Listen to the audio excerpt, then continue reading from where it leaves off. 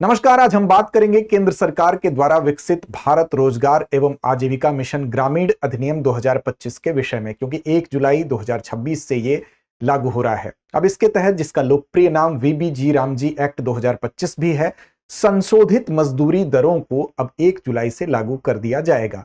तो इस तरह से इस विषय पर ही आज हमारी चर्चा केंद्रित हो गई। इसको नोटिफाइड कर दिया गया है और नोटिफाइड करने के साथ ही नई मजदूरी दरें 1 जुलाई 2026 से अब लागू हो गई हैं। तो चलिए बात करते हैं इसके विषय में, जानते हैं प्रमुख बातों को वीबी राम जी नई मजदूरी दरों के संदर्भ में। लेकिन उससे पहले आपको बता दें कि अगर आप तैयारी कर रहे हैं यूपीपीसीएस की या तैयारी करना चाहते हैं समग्र रूप से प्रीलिम्स और मेंस दोनों की तैयारी, तो आप जुड़ सकते हैं हमारे UPPCS foundation prelims plus mains course से, जो कि हिंदी और अंग्रेजी दोनों माध्यम में उपलब्ध है। ऑफलाइन और ऑनलाइन दोनों मोड में उपलब्ध है। ऑफलाइन मोड से अगर आप जुड़ना चाहते हैं तो आप हमारे प्रयागराज और लखनऊ शाखा पर उपलब्ध इस कोर्स से जुड़ सकते हैं। ऑनलाइन मोड की बात करें तो आप कुल 600 प्लस घंटों की कक्षाओं के माध्यम से कोर्स शुरू होने से 3 साल की वैलिडिटी के साथ इससे जुड़ सकते हैं, जिसके साथ साथ आपको मिलेगी 2 साल तक यूपीपीसीएस प्रीलिम्स टेस्ट सीरीज निःशुल्क सुविधा। अब इसके तहत आप अभ्यास के माध्यम से अपनी तैयारी को और मजबूत कर सकते हैं। तो UPPCS prelims foundation prelims plus mains ये कोर्स है। इसके लिए अधिक जानकारी के लिए आप दृष्टि लर्निंग ऐप को डाउनलोड कर सकते हैं। डिस्क्रिप्शन में लिंक के माध्यम से इस कोर्स तक पहुंच सकते हैं। फिर भी मन में अगर कोई सवाल है तो आप कॉल करिए 8750187501 पर। चलिए अब आगे चलते हैं और बात करते हैं खबर के बारे में। तो केंद्र सरकार ने क्या किया है, विकसित भारत रोजगार एवं आजीविका मिशन ग्रामीण अधिनियम 2025 के तहत जो संशोधित मजदूरी दर है उसको नोटिफाइड कर दिया है और नई मजदूरी की जो दरें हैं वो आज से लागू भी हो गई हैं। पहली बार ऐसा हुआ है कि 300 रुपए की अंतरिम राष्ट्रीय आधार मजदूरी लागू हो गई है। यानी आधार का मतलब एक बेस जो मजदूरी होगी न्यूनतम वो 300 रुपए से कम नहीं होगी। किसी भी राज्य और यूटी में, या मतलब जिसको हम केंद्र शासित प्रदेश कहते हैं, तो कोई भी राज्य या केंद्र शासित प्रदेश जो होगा वो अधिसूचित मजदूरी को 300 रुपए की सीमा से नीचे नहीं ला सकेगा। ठीक है। अब एमजी जो नरेगा आपका था, महात्मा गांधी जो नरेगा था, उसके तहत जो राष्ट्रीय औसत दैनिक मजदूरी थी वो कितनी थी, तो वो 298.8 रुपए थी। तो 298.8 रुपीज से अब वो आधार मजदूरी जो है, यानी कि बेस जो मजदूरी थी, औसत दैनिक मजदूरी जिसको कहते हैं, वो अब बढ़ गई है। और वो कितनी हो गई है, तो 327.4 327.4। ये क्या है, ये दैनिक की औसत मजदूरी है। तो ठीक याद रखिएगा, मतलब कहीं ज्यादा होगा इससे, कहीं कम होगा, लेकिन अगर एक औसत दैनिक मजदूरी निकाला जाए तो उसमें यह वृद्धि है जो कि आपको 10% से ज्यादा की वृद्धि दिखाई दे रही है। तो चलिए प्रमुख विशेषताओं के ऊपर जरा सा नजर डालते हैं।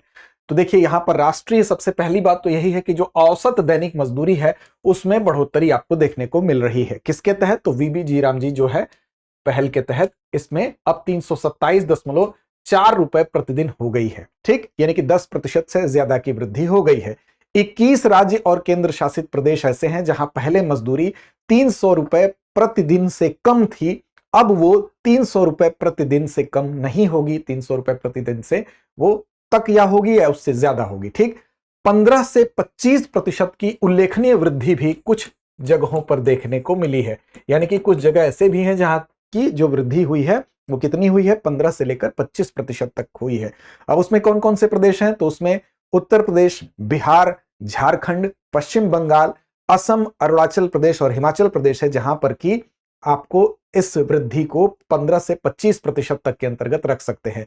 साथ साथ 24.5% यानी 24.5% की वृद्धि की अगर बात करें तो ये वृद्धि भी कुछ जगह पर देखने को मिली है। इसमें अरुणाचल प्रदेश और नागालैंड, दो नाम यहां पर उल्लेखनीय है, यानी कि अरुणाचल प्रदेश और साथ साथ नागालैंड। ठीक, तो अरुणाचल प्रदेश और नागालैंड, यहां पर वृद्धि कितनी है, तो यहां पर वृद्धि 24.5% की वृद्धि है। साथ साथ 15 से 25% की वृद्धि वाले जो राज्य हैं यहां पर मेंशन किए गए हैं। तो ये कुछ महत्वपूर्ण चीजें हैं। ठीक, इसके अलावा भी अब देखिए, पहले से ही अधिक मजदूरी कहीं पर थी तो उसको भी संशोधित किया गया है। जैसे कि हरियाणा की बात कर ली जाए तो हरियाणा में जो संशोधित मजदूरी दर है वो कितनी होगी, अब वो 409 रुपए प्रतिदिन होगी। ठीक, तो हरियाणा में कितनी होगी, 409 रुपए होगी। गोवा में कितनी होगी, तो 406 रुपए होगी। केरल में कितनी होगी, तो 401 रुपए होगी। यहां पर पहले से ही ज्यादा था लेकिन इसको भी संशोधित कर दिया गया है। सिक्किम का नाम यहां पर लिया जाएगा। सिक्किम उच्च ऊंचाई वाली जो पंचायतें सिक्किम में है वहां पर 450 रुपए प्रतिदिन यानी दैनिक मजदूरी को 450 रुपए की सीमा वहां पर रख दी गई है। तो सिक्किम में जो ऐसे स्थान जो बहुत ऊंचाई पर स्थित है, ऐसे जो पंचायतें हैं वहां पर 450 रुपए दैनिक मजदूरी रखी गई है, प्रतिदिन की मजदूरी रखी गई है। अब इस नए अगर हम अधिनियम की बात करें तो 100 दिनों से बढ़ाकर जो आपको मजदूरी के लिए जो दिन दिए जाते थे, पहले 100 दिन दिए जाते थे, अब इसको बढ़ाकर 100 से 125 दिन कर दिया गया है। वीबी जी राम जी के अंतर्गत ये दिनों की संख्या क्या की गई है, 100 से बढ़ाकर 125 कर दी गई है। देखिए मोटा मोटी ये तो आप जानते हैं। अब इसमें दरअसल बात यह है कि इससे लाभ क्या होने वाला है। अगर मुख्य परीक्षा में आपको ये चीजें पूछी जाए कि इन बदलावों को आप ग्रामीण संदर्भ में किस तरह से देखते हैं, तो मुख्य परीक्षा के लिए देखिए, एक तो पहला लाभ होगा ग्रामीण आजीविका को लेकर, यानी कि सबसे पहला सुधार कहां पर आपको देखने को मिलेगा, ग्रामीण आजीविका। ठीक, तो पहले बिंदु के तौर पर आप ये कह सकते हैं कि ग्रामीण आजीविका में सुधार देखने को मिल सकता है इसके माध्यम से। साथ साथ दूसरे बिंदु के माध्यम से, दूसरा बिंदु जो होगा हमारा होगा कि जो परचेजिंग पावर है ग्रामीण लोगों का, यानी कि जो क्रय शक्ति है वो कहीं ना कहीं बढ़ेगी। तो दूसरा आपका बिंदु क्या हो जाएगा कि ग्रामीण लोगों के पास जब हम कह सकते हैं कि ज्यादा पैसे आएंगे तो कहीं ना कहीं उनकी क्रय शक्ति भी बेहतर होगी पहले की तुलना में। इसके अलावा क्या बिंदु हो सकता है, तो इसके अलावा हो सकता है कि समावेशी और संतुलित ग्रामीण विकास की तरफ हम बढ़ सकते हैं। ठीक, एक पॉइंट ये भी हो सकता है। साथ साथ जो क्षेत्रीय मजदूरी असमानता है, कहीं पर बहुत ज्यादा कहीं पर बहुत कम, अब जो 300 रुपए जो औसत निर्धारित किया गया है कि उस सीमा से नीचे कोई नहीं जाएगा, तो क्षेत्रीय असमानता बहुत ज्यादा नहीं रहेगी, तो क्षेत्रीय मजदूरी असमानता में कहीं ना कहीं कमी आएगी। साथ साथ जो केंद्र सरकार की जो पहल है वो पहल क्या है कि गरीब का कल्याण हो, साथ साथ अंत्योदय की जो योजना है और विकसित भारत 2047 है, इनके तहत जो लक्ष्य है उस लक्ष्य के अनुरूप भी ले जाने में कहीं ना कहीं वीबी जी राम जी एक्ट 2025 की संशोधित मजदूरी दरें सहायक होंगी। ठीक, अब ये किसको रिप्लेस कर रही हैं, आप जानते हैं कि एमजी राष्ट्रीय यानी कि महात्मा गांधी जो राष्ट्रीय ग्रामीण रोजगार गारंटी योजना थी, उसको 2005 में ये योजना लागू हुई थी, आपको पता होगा, और ग्रामीण रोजगार गारंटी देने के लिए ही इस योजना को लाया गया था, 2005 में लागू हुआ था। यानी कि जो गांव के लोग हैं वहां पर जो अकुशल शारीरिक श्रम है उनको, यानी कि ऐसे ग्रामीण जो नॉन स्किल्ड शारीरिक श्रम है, उनको हर साल कम से कम 100 दिन दिया जाता था, मजदूरी के लिए उपलब्ध कराया जाता था, और उसके बदले में उनको जो है जो वित्त हम कह सकते हैं वित्त पोषण उनका जो होता था वो पूरी तरह से केंद्र सरकार के द्वारा होता था। अब 1 जुलाई 2026 से जो महात्मा गांधी राष्ट्रीय ग्रामीण रोजगार गारंटी योजना है उसको रिप्लेस करके विकसित भारत रोजगार और आजीविका मिशन जो है वो ग्रामीण अधिनियम 2025 का इंप्लीमेंटेशन यानी कि वीबी जी राम जी जो है वो लागू हो गया, और इसके तहत 100 दिनों का जो हम कह सकते हैं अकुशल शारीरिक श्रम जो है दिया जाता था, अब उसको बढ़ाकर 125 दिन कर दिया गया है। पहले जहां पूरी तरह से केंद्र सरकार द्वारा वित्त पोषण होता था, अब इस व्यवस्था में सुधार करते हुए केंद्र और राज्य दोनों पर भार दिया गया है। सामान्य तौर पर देखें तो केंद्र और राज्य की जो हिस्सेदारी 60:40 यानी 60 संबंधित 40, इसका मतलब 60% हिस्सेदारी केंद्र की होगी, 40% हिस्सेदारी राज्य की होगी। यानी कि राज्यों पर भी अब बोझ डाला गया है, राज्यों पर भी जिम्मेदारी डाली गई है। लेकिन यहां पर एक और बात आती है कि यहां पर कुछ इसके एक्सेप्शन भी हैं। जैसे एक्सेप्शन के तौर पर क्या है, तो अगर पूर्वोत्तर भारत की बात करें तो पूर्वोत्तर भारत में ये रेशियो अलग है। जो हिमालयी राज्य हैं, हिमालयी राज्यों में ये रेशियो क्या होगा, अलग होगा। अब यहां पर क्या होगा, तो पूर्वोत्तर भारत और हिमालयी राज्यों के लिए 90% जो है हिस्सेदारी केंद्र की होगी और 10% हिस्सेदारी किसकी होगी, राज्य की होगी।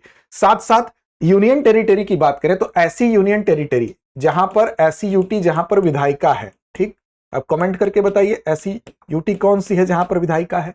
तो ऐसी यूटी जहां पर विधायिका है वहां पर भी 90% केंद्र सरकार और 10% इस यूटी की जिम्मेदारी होगी, इसके वित्त पोषण की, वीवी जी राम जी के वित्त पोषण की। और वहीं पर ऐसी यूटी जहां पर विधायिका, ऐसा केंद्र शासित प्रदेश जहां पर विधायिका नहीं है, तो वहां का वित्त पोषण 100% कौन करेगा, केंद्र करेगा। ठीक, तो ये कुछ व्यवस्था बनाई गई है, तो इसको आपको याद रखना है। वीबी जी राम जी के को 2026-27 में यह भी याद रख लीजिएगा कि कितने करोड़ आवंटित किए गए हैं, तो 95,692.31 करोड़ रुपए क्या किए गए हैं 2026-27 में इसके लिए आवंटित भी किए गए हैं। ठीक है, तो यह याद रखना है कि 1 जुलाई 2026 से जो विकसित भारत रोजगार और आजीविका मिशन ग्रामीण अधिनियम 2025 है, वीबी जी राम जी एक्ट है, वो अब 1 जुलाई 2026 से इसके तहत ही जो संशोधित मजदूरी की दरें हैं वो अब लागू हो गई हैं, चूंकि वो नोटिफाइड हो गई हैं, अधिसूचित हो गई हैं और इंप्लीमेंट भी हो गई हैं।